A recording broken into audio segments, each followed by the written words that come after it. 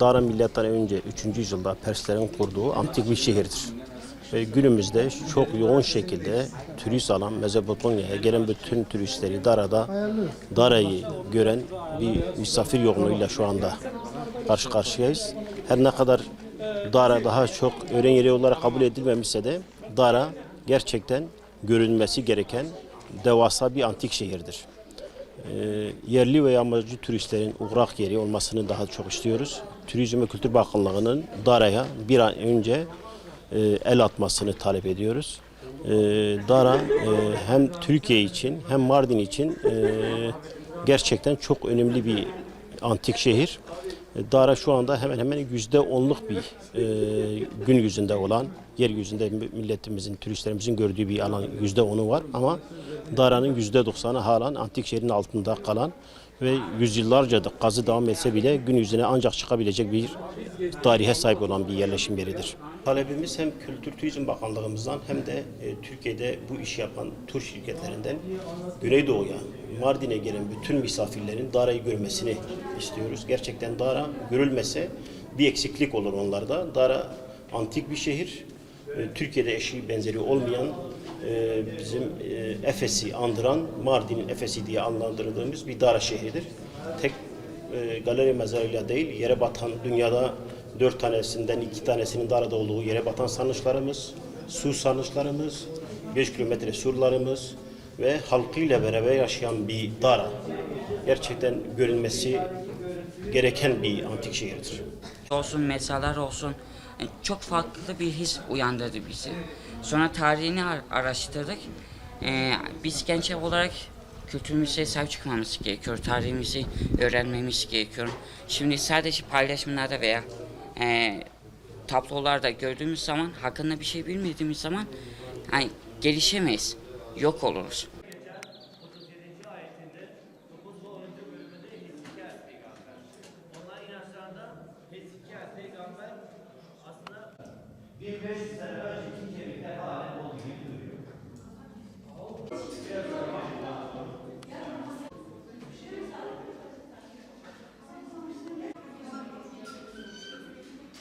Yaklaşık siz de gelin araya. Bir fotoğraf çekileceğiz.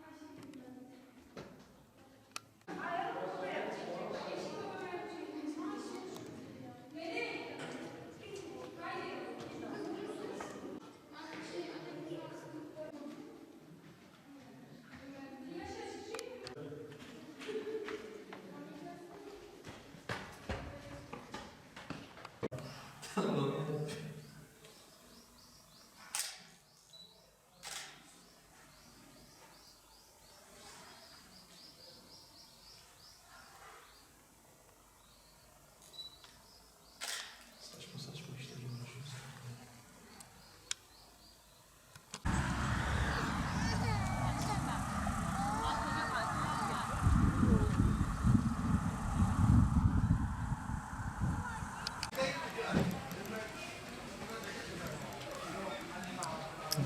Oturmaya çalışıyorum.